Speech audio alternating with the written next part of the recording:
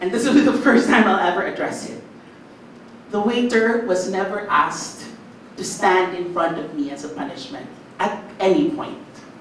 What you also don't know is, with Prince William saying 3, there was 3 of them in front of me.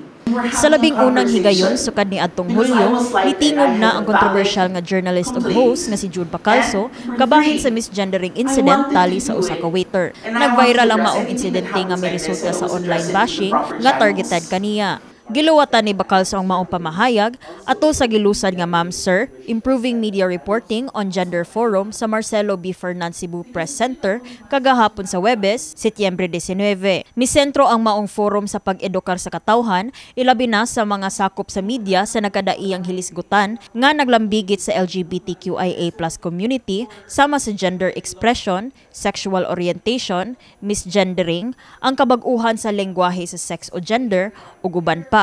Gani si Bacalzo nga nailhang usa ka transgender mipaambit sa ihang kasinatian si rage baiting gikan sa mga fake nga mga online accounts. Sa maong kalihukan, giklaro sab ni Bacalzo nga dili siya ang napagawas og mga di maayong post sa social media. Apparently there were 200 Jude Bacalzos online. So most of the hate, just like Attorney Ian pointed out, was really fueled by social media. None of the statements are from me. I will say that for a fact.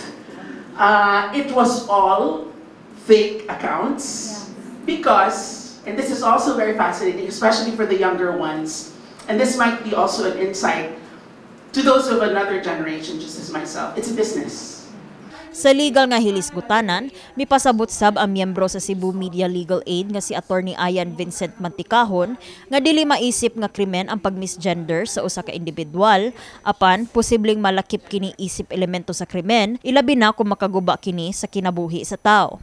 And that specific provision of the Civil Code emphasizes that every person shall respect the dignity, personality, privacy, and peace of mind of their fellow humans. In cases where intentional misgendering causes emotional distress or harm to reputation, an individual could potentially file a civil case for damages under this provision. Sa pagkakaron taliwa sa mga nanggawas nga report, giklaro ni Bacalzo sa forum nga wala siya nadawat nga mga kaso batok sa iya gikan sa waiter o sa restaurant. Ug matod niya nga ang tanan na apektuhan sa isyu, apil ang waiter o ang tag-iya sa restaurant, wala na himuot sa atensyon ug pagsiway nga ilang nakuha online. The waiter, who did not want any of this attention. He didn't want it. I didn't want it. The store didn't want it because it put all of us in a bad light. No one wanted it.